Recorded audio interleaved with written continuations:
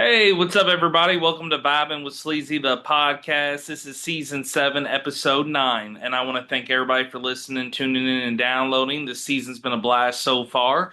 I've had some great solo episodes and some great episodes with guests, so thanks for everybody that's been listening.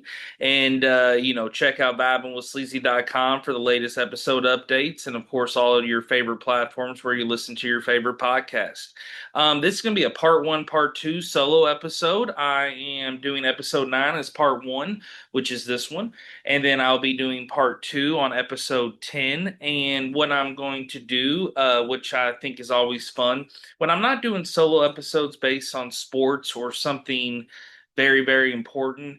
I like to try to go the haunted route, talk about history, talk about ghosts, talk about mysteries, unsolved mysteries. I've done true crime before, so it's fun to kind of dive deep into this. I am using some research that I have gotten just, through looking up some things and things that I know and things that I wanted to learn about. But part one is going to be 8 Louisville, Kentucky area ghost stories and urban legends. So I want to focus on Louisville, Kentucky, where I live. I think it's fun because even though Louisville's covered a lot, with Derby and different things, I don't always think that the ghosts and the mysteries are always, you know, public or talked about besides, Waverly Hills, of course, which we'll dive into Waverly Hills in this episode, and we'll dive into Waverly Hills on part 10 as well.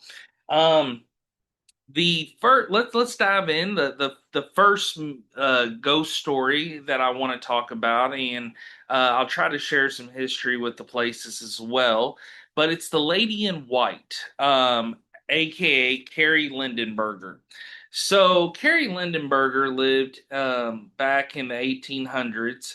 So the situation is, she lived at the Peterson Dumanel House, and the Peterson Dumanel House was built in 1869, and has 14-foot tall ceilings, an Italian villa arcade, a wraparound porch, a spiral staircase, a distinctive cupola. It's also, fun fact, home to the oldest and largest ginkgo tree in the whole entire region. Ginkgo trees are rare around here, and to be that big and to be there in the region is very, very cool. In 1976, the Peterson Dumanel House was actually placed on the National Historic Register, and it's designed to be a local landmark. They have a website. They promote this house. They want people to come out and check on this house. And it was actually available to groups on a rental basis in 1977, a year after it was registered. The Board of Education declared the property surplus in 1982, and the Dumna House, the Carriage House, and grounds were actually sold to a newly formed nonprofit, which is now called the Peterson Dumanel House Foundation. So the situation with this house is that Carrie Peterson Lindenberg, she died about a month after giving birth to triplet boys. And the sad thing is, during this birth, all 3 of the triplet boys passed away as well. And she now apparently haunts, in a good way, the Crescent Hill neighborhood near the Peterson Dumanel house. And when a child is lost in that neighborhood, she will guide them to the steps of the house and tell them that their mother will be there shortly to bring them home. There has been several people that have seen this and have experienced this, and there's been people that affiliate the house, and they actually consider this haunt to be one of the nicest around. And a little bit of the history, revolving this house is that over, 155 years ago, this has, basically become an iconic symbol, especially for that neighborhood. And you just notice how people came to Louisville, Joseph and his wife, came back in, 1837. And then, basically Lindenberg and his wife, they had 2 daughters, which was the Carrie that we're talking about, the ghost Carrie Lindenberg, which she was actually born in 1858. And they were in the tobacco business. They also had some connections in the railroad business as well. And so this house was beautiful and very cool, but it is definitely someone that haunts that area, and it's Carrie Lindenberger. And that whole area is a lot of foot traffic, a lot of walking around, big historic houses. So um, Old Louisville always gets kind of the recognition for being the historic neighborhood, but can't forget about those houses off of Frankfurt Avenue and close there to Barrett Middle School. They have that brick hill that goes down, and that's super old school, dates back to the 1800s. So it's pretty cool. Um, I want to shout out also Carolyn Brown, who, at one time did some work at Leo Weekly, and, I did a lot of work at Leo Weekly. So like to definitely use some of her research and information, but also go off information that I have learned and that I have already known, regarding this house and these other houses and places. So, the location of the Peterson Dumino House is actually 301 South Peterson Avenue. So, if you want to go check that out, I'm going to definitely be sharing the addresses so everybody knows. The next building I want to talk about is Waverly Hills Sanitarium. And I want to also apologize. I'm a little nasally. Allergies are getting me. The weather changes and stuff, but we're going to keep pumping through. But the Ghosts of Waverly Hills Sanitarium, 4301 East Pages Lane, which is off Dixie Highway out in the Valley Station area. And the situation with Waverly Hills, it is considered to be probably the most famous haunted institution in the world. Definitely in America. Ghost hunters have been there twice. I've been there. I know several people have been there. I've actually had family that died there. And the situation with Waverly Hills is it was a tuberculosis hospital. Tuberculosis had hit Jefferson County, where Louisville is, horribly. People were dying left and right. They, believed they had some kind of cures at this hospital to help or prolong life, until it took over. Of course, vaccines work, and vaccines were what is what prevented tuberculosis. Moving forward, we haven't seen it happen anymore. But during that time, it was a true epidemic. I mean, people were dying left and right. The thing about Waverly Hills, they have a nurse who committed suicide on the top floor, a little boy who likes to play with the rubber ball, and then, of course, the victims of disease. There was so much dark and scary times at this place. I remember growing up in Louisville, and when I was younger, my family actually were not a big fan of me even going there, even going with friends, even going for the fictional haunted house. I was real confused.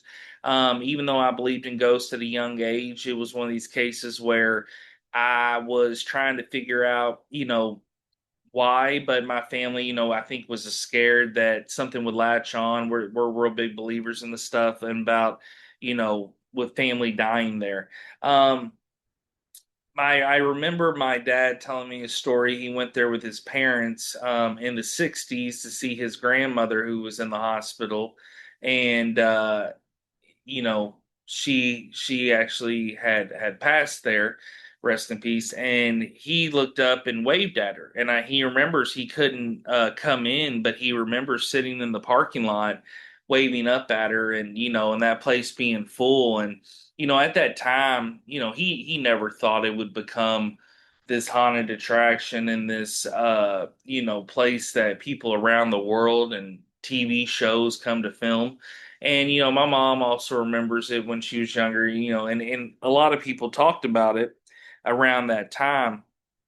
And especially, what it had become, and then it just kind of had darker and darker history. I mean, it became like a senior care citizen place afterwards, and after the tuberculosis epidemic, and there was abuse there. There's actually a story. A guy from, they wouldn't have probably known, and I believe it ran all the way to the 80s. And then it just shut down and has been empty for so long.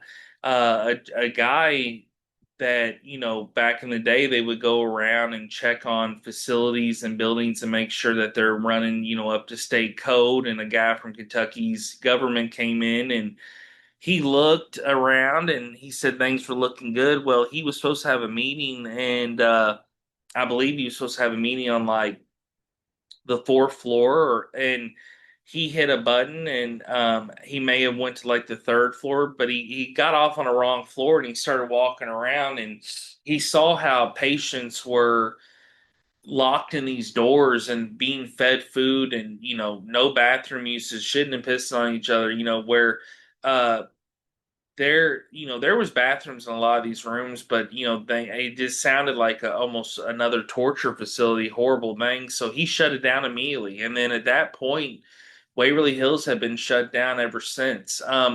What's interesting, during one of my tours when I was in the kitchen of Waverly, and I had this happen to me at the Sorrel Weed House in Savannah, Georgia. I've been told by many ghost hunters and ghost people that I have maybe a phantom senses where I can smell and taste things that, haven't been happening in over 50 years. When I was at the Sorrel Weed House, I was in the hospital room where they had done surgeries. I could taste blood, smell blood. I also was in the laundry room and I could taste and smell laundry. And only me and one other person on our whole entire tour group uh, actually had those encounters. And then I had the same thing happen to me at Waverly Hills. When I was walking by the kitchen, I could smell bread. I could smell fresh cooked bread coming out of like an oven. So when I looked over, I noticed that, you know, wow, I was in the kitchen, where the oven had been. So pretty freaky on that level. I remember going when I worked at Leo Weekly, and they invited a bunch of editorial people over. They wanted to turn Waverly at that time into a hotel. They've had so many different ideas and ownership and changes and regulations and code and work. It's insane. And right now, the people that own and run it, they have their security, running out of the laundry facility, which is another building off of Waverly Hills, kind of down in the woods.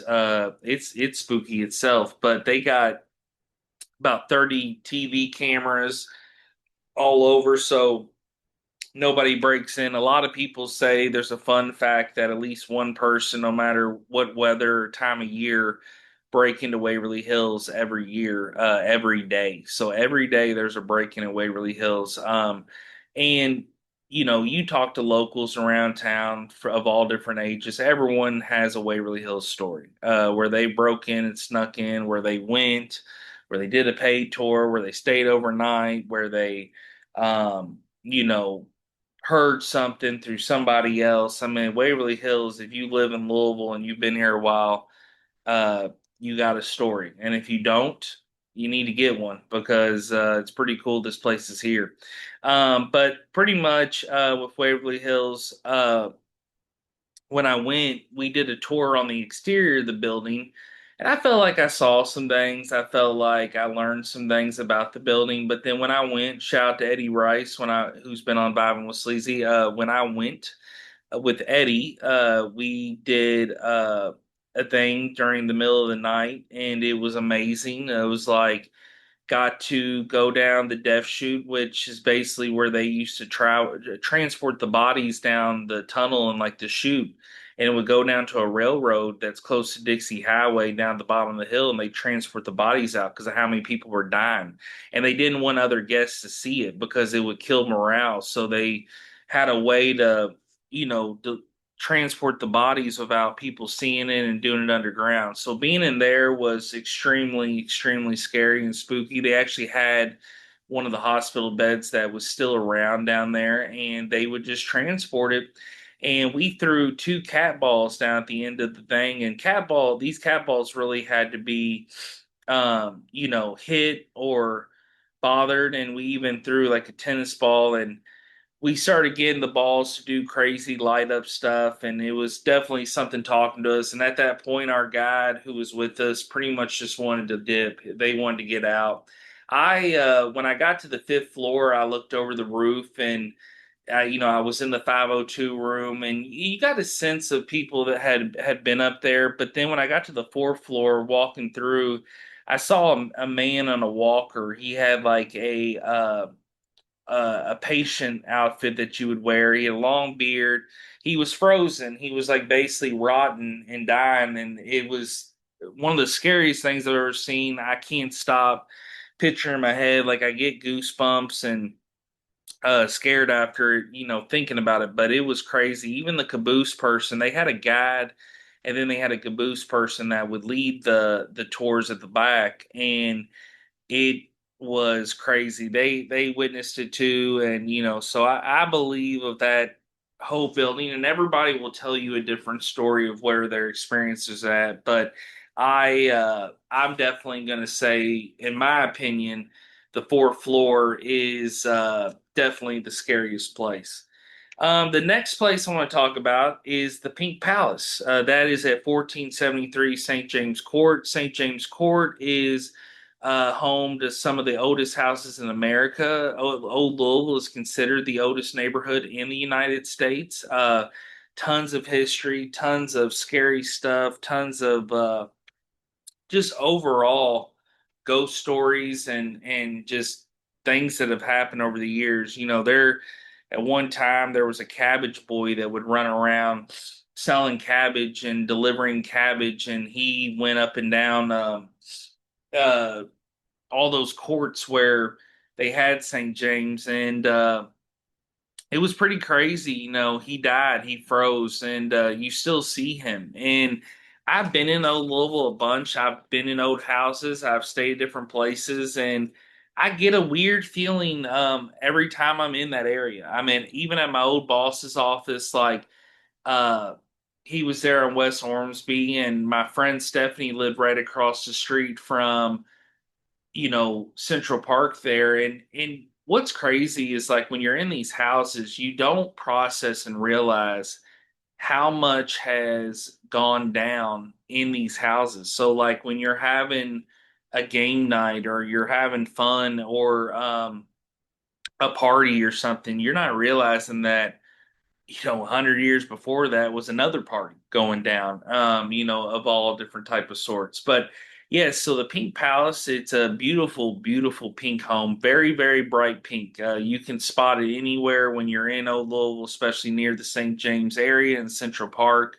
It's another friendly ghost, though, and it's not Casper, of course, but it's Avery. And Avery lived at the Pink Palace, a mansion in Louisville that used to actually be a gentleman's club and a casino. So, even though back then, there things for more etiquette and stuff, there's still places where people wanted to go have fun and cut loose and rebel. And a lot of stuff has happened at the Pink Palace, kitchen fire, attempted burglary, unseen trip hazards, um, basically just a lot of dangers that Avery has helped through. I mean, Avery had the look of like Colonel Sanders. So it's like picture you're basically a very helpful Colonel Sanders helping you and assisting you while things are going down at this house. And basically, the thing about Mr. Avery is that he haunts this place because that is just where he was at one time, and no one really knows if he truly died there, but he was a tall, strapping Southern gentleman, and he allegedly, he appeared just to warn residents of dangers, and that's what he still does to this day. So a lot of people in this house, instead of being scared or spooked, they are feeling kind of safe in some regards that Avery will come in and save the day and tell them, where to go and what to watch out for. So definitely a house to check out. I remember going on the historic Louisville ghost tour, which was like the old Louisville ghost tour, which started in Central Park and you walked around. I actually did that while I was at Leo Weekly, and very, very, very cool experience and a very cool place to just really, really, um, I don't know, just see and think about. And one, and you kind of picture yourself being there back in the day. And what I like about Old Louisville is that they like do Shakespeare in the Park and they do all these different things. And what is interesting about it is that there's just so much history and so much that you just you can't believe how much you're seeing. So it pretty much is a place I would definitely check out. Just looking at the architecture of the building, it is super duper cool. The next place I want to talk about is the Lady of the Stairs. This is at the steps of the First Church of Christ Scientist, which is at 1305 South Third Street. So another place that close to Old Louisville. This is a sad love story. It's set in the pandemic, and a younger woman who was basically betrothed to an elderly distilling magnate was in love with a young soldier. And she sneaked out of her aunt and uncle's house to rendezvous with him on the church steps every night. And then until one fateful night when he never showed up, she paced back and forth until dawn and went home heartbroken, thinking he abandoned her. Little did she know, though, that he had caught a fatal case of the Spanish flu. The Spanish flu was killing tons of people back then. She died not long after, also of Spanish flu, but also people saying of heartbreak symptoms. And heartbreak can kill you. I've been through it. I know tons of people have been through it. I know people that died from it. It just puts that wear and tear on your body. So the legend says on some nights you can see the ghost of the woman on the steps waiting for her true love to return there. I have seen this building, and it is very beautiful, very historic. Again, I've never had any experiences with her, but you can just tell how the Spanish flu took out people, and you wonder how COVID had killed a bunch of people, how other, polio, all this stuff. If you wonder if these areas where these cases were high, how many other ghost situations are there? How many places where people died of heartbreak or loss and had to go through these tough times. So definitely an interesting place to check out. Another place too, which is great about these places, you can just pull up in your car and check it out for a little bit or get out of your car and walk around. A lot of these places are public. A lot of these places it's not a big deal for you to be there. So that's another reason why I feel it's safe to explain it all to you. The next one I want to talk about, not not I'm going to give it a Kentuckiana rating. It's in Southern Indiana, but right across the river from Louisville. So we're going to throw it on the Louisville, roster of ghosts and urban legends. But the Witch's Castle, Upper River Road in Utica, Indiana. So this is a very small graffiti covered stone structure near the Lewis and Clark Bridge, and it's real. But the mystery comes from it because of basically spooky origins. So, a local paranormal investigator, Jenny Stewart, who is also a medium, when she was actually working with an old coworker of mine, Danielle Grady, to basically decode messages in the castle. And a lot of local legends say at this castle that witches used to live there. A lot of people have said they saw a figure of a woman who reached her hand out, and Stewart, who actually was that paranormal investigator, said that she had her hand reached out to her by that same ghost. And her now husband has also seen a 6 foot tall shadow person. Um, Melissa Roach, who used to own the property, says the building was never haunted. It was simply a sacred private chapel that has since been desecrated, where it's basically not being used. However, the Witch's Castle was involved in a modern day tragedy. A group of teenagers took 12-year-old Shonda Sharir there as a stop on the night, and they murdered her in 1992. So a lot of dark history there. A lot of people I have read have maybe tried to tie in that 1992 murder into more of a witch's folklore and make it more scary and make the place sound like it's haunted. But from what other ghost investigators have seen and heard, they have gotten senses of witches, and witches were common. Witches are common now. So if you don't believe witches are real and you just think it's Halloween, I actually know personal witches, and yeah, you got to be safe. You never want to cross over a witch. And so a lot of people definitely, believe this witch's castle was involved in some real, modern day tragedy. And you can, see it there close to the bridge, and pretty crazy to check out. The next one that I want to talk about is one that I actually take a lot of people to. I try to take as many people there when they come to town, especially if they're a believer, especially if they're into these ghost encounters and ghost history. But it's the witch's tree. And the witch's tree is something that I refuse to touch. There's people that touch it, there's people that hug it, take pictures, hang gifts on it, from beads to koozies to go down and worship it around Halloween. So this place has just a lot of dark energy and craziness, but it's got a very interesting story, and it's at the northwest corner of Park Avenue and 6th Street, directly across from Central Park. You can't miss it. It actually takes over the whole corner of this apartment building that's behind it. I shout out to AB Bailey. I know AB, and he at one time lived in that place, and he's actually, gave me a little info on the witch's tree of what he's seen, and he's seen people worship it in around October. And it's definitely a place to visit when it's spooky. But overall, it's a really cool tree.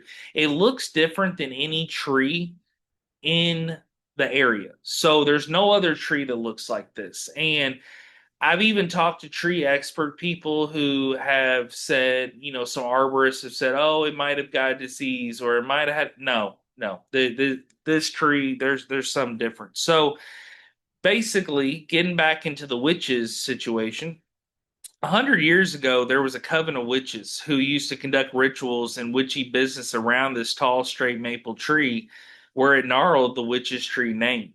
And it stands to this day. And in 1889, the city cut it down to turn into a decidedly non witchy maypole for a May Day celebration. Now, here's the deal.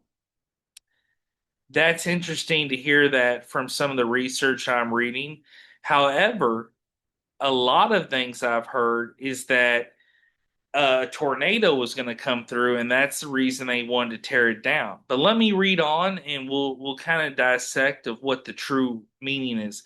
As the tree came crashing down, the witches went streaking out of town to the West End, where there was still forest back then. So they would go to the West End to try to use those trees down there. And before they left, through though, the head witch turned around and she cursed the city of Louisville.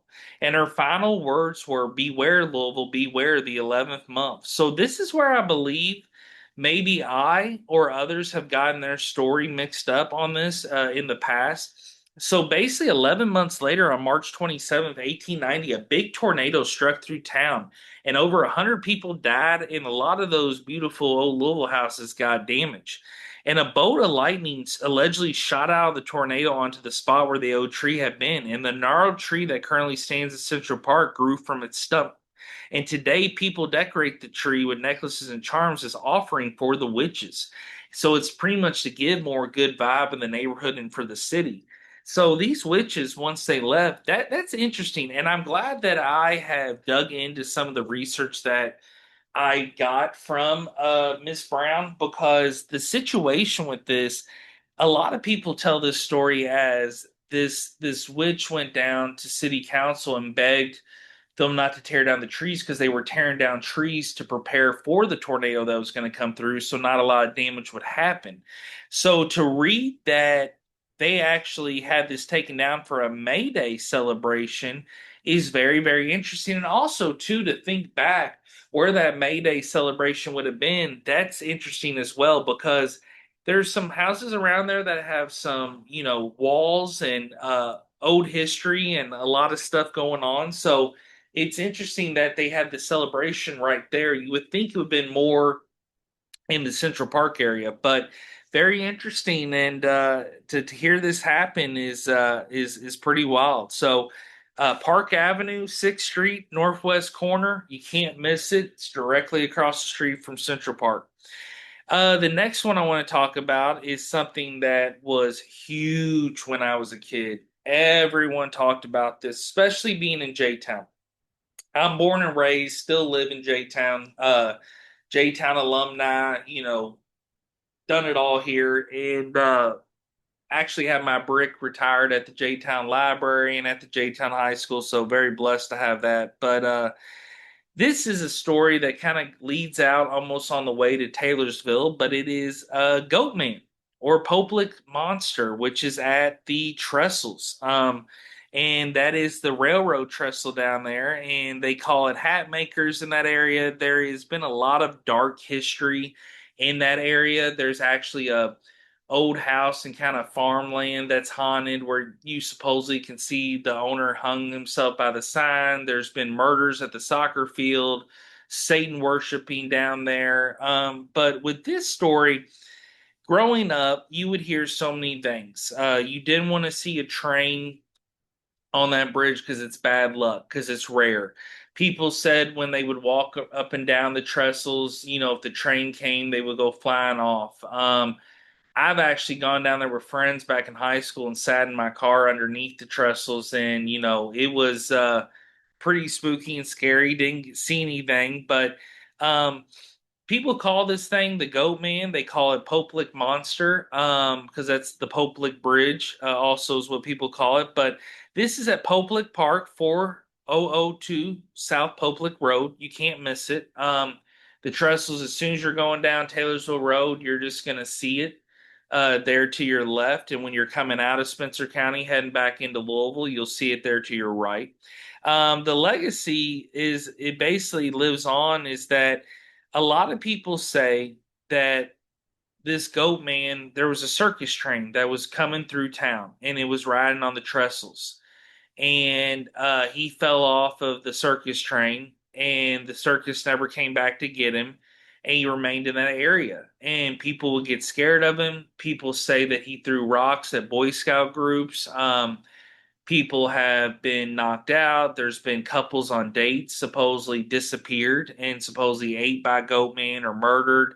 A lot of people have found this little house up there in the woods when you go up towards the top of the trestles, and it was abandoned, but they found like a mattress, and people thought that's where they possibly stayed. A lot of people though say when you're on that bridge, if you see him, it's like you can't run. There's nowhere to really escape, and it's kind of forces you into a train. If a train's coming, you're pretty much stuck. I mean, you can't outrun a train. I mean, you got to think about it. When a train is coming, it's not stopping. And as much as it wants to stop, especially up that high, it can't. So you're going to have to keep running and running and running and, maybe hang off from the side. And that's going to be hard with the train at that speed coming by. And then, you know, it's just a very, very spooky thing. But this is actually has a festival now. Shout out to Whitney Yadon. She's actually going to be on my show this upcoming season. We've already booked it this morning. But yeah, people love this festival and people talk about it. She makes goat men out of felt, and so goat men don't really have a true identity or picture. A lot of people have made different theories, but definitely if you're in the J-Town area, make a trip over to see the goat man.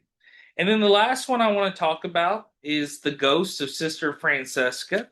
This is at St. Francis of Rome Church, which is at 2119 Payne Street. So very close to that first place that we discussed, and a place that is definitely close to Frankfurt Avenue and kind of the Highlands area. And what's interesting about Payne Street is, it's kind of like a very historic road. It's got a lot of history, a lot of stuff that's been there, old distilleries, and if you kind of take Payne and you'll see kind of all the interesting stuff and old houses, and it's a cool place. But basically, this is one where you know it's reported people basically that stay there is saying like the people that work in the church see a ghost of a woman, and they assumed it was the first was Saint Francis herself.